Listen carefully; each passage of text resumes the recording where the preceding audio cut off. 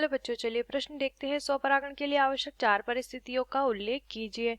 तो सबसे पहले जानते हैं हमारे प्रश्न की मुख्य अवधारणा।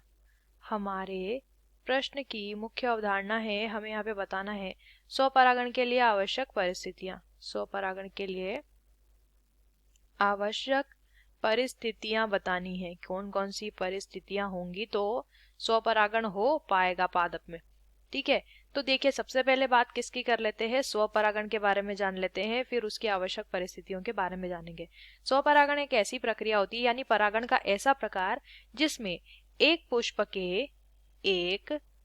के जो पराग कण होते हैं वह उसी पुष्प के वर्तिकाग्र पर गिरते हैं और इस प्रकार से जो परागण होता है इसे स्वपरागण कहा जाता है। ठीक है, यानी कि एक ही पुष्प के पराग कणों का उसी पुष्प के वर्तिकाग्र पर गिरना।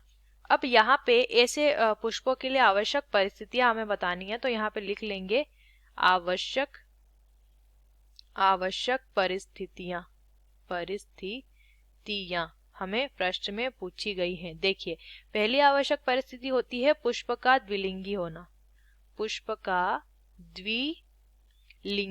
होना। ठीक है, पुष्प में नर और मादा जननांग दोनों होंगे तभी क्या होगा, स्वपरागण होगा। दूसरा यहाँ पे जो आवश्यक परिस्थिति होती है वो होती है समकाल पक्वता का अर्थ होता है नर व मादा जननांग का एक ही समय